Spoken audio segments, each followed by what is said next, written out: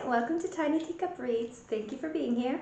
Today I'm going to be reviewing a memoir that I read back in January. This is Strong Female Character by Fern Brady.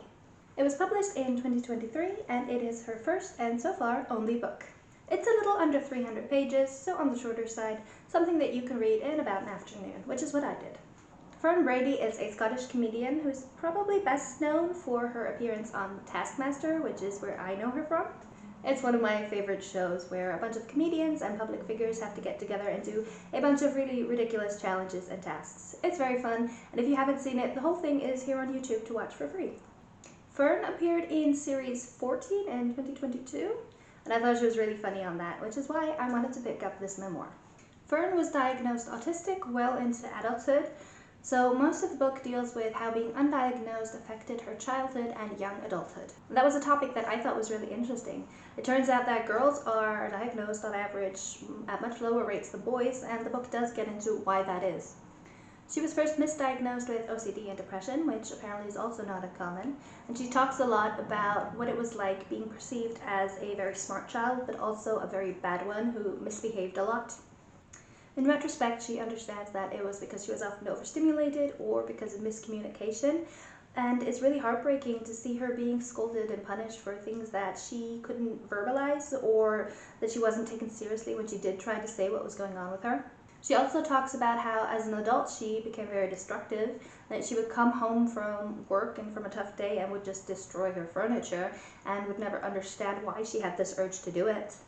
And also about how alienating it is to not have anybody understand or relate to her. She talks about the many times that she tried to seek help, either from friends by trying to find somebody who would validate her feelings as normal, and also from professionals where she wasn't taken seriously.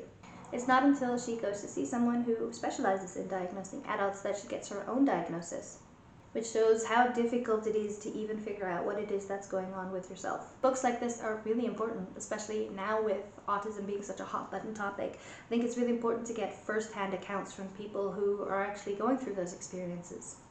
I think some people might relate to her and hopefully feel less alone, and others will hopefully read it and have more empathy and understanding for people who are on the spectrum and the accommodations that they need. I think especially if you work with children like I do, or maybe you have children, that it's really important to engage with first-hand accounts of people like this and realize hopefully that there are no bad children. There's just children who are going through something that need help. It's really hard to rate nonfiction books, especially memoirs, because they are so very personal. I do wish Fern had gone more into her life as a comedian. I was expecting more of that when I went into it. I also wish that she had spoken more about how she has learned to deal with having autism and how she's learned to accommodate it, especially in her career. It ends pretty quickly after she gets her diagnosis and doesn't really go much into her life after. But it feels weird to demand that somebody share more of their life than they're comfortable with, and I know that her diagnosis was fairly recent, so I'm hoping that maybe in a few years she'll do a part 2 and get into those things. But I did rate this a 4 out of 5 stars.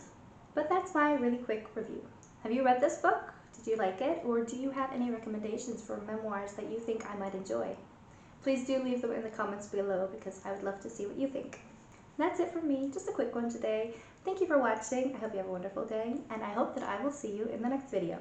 Bye!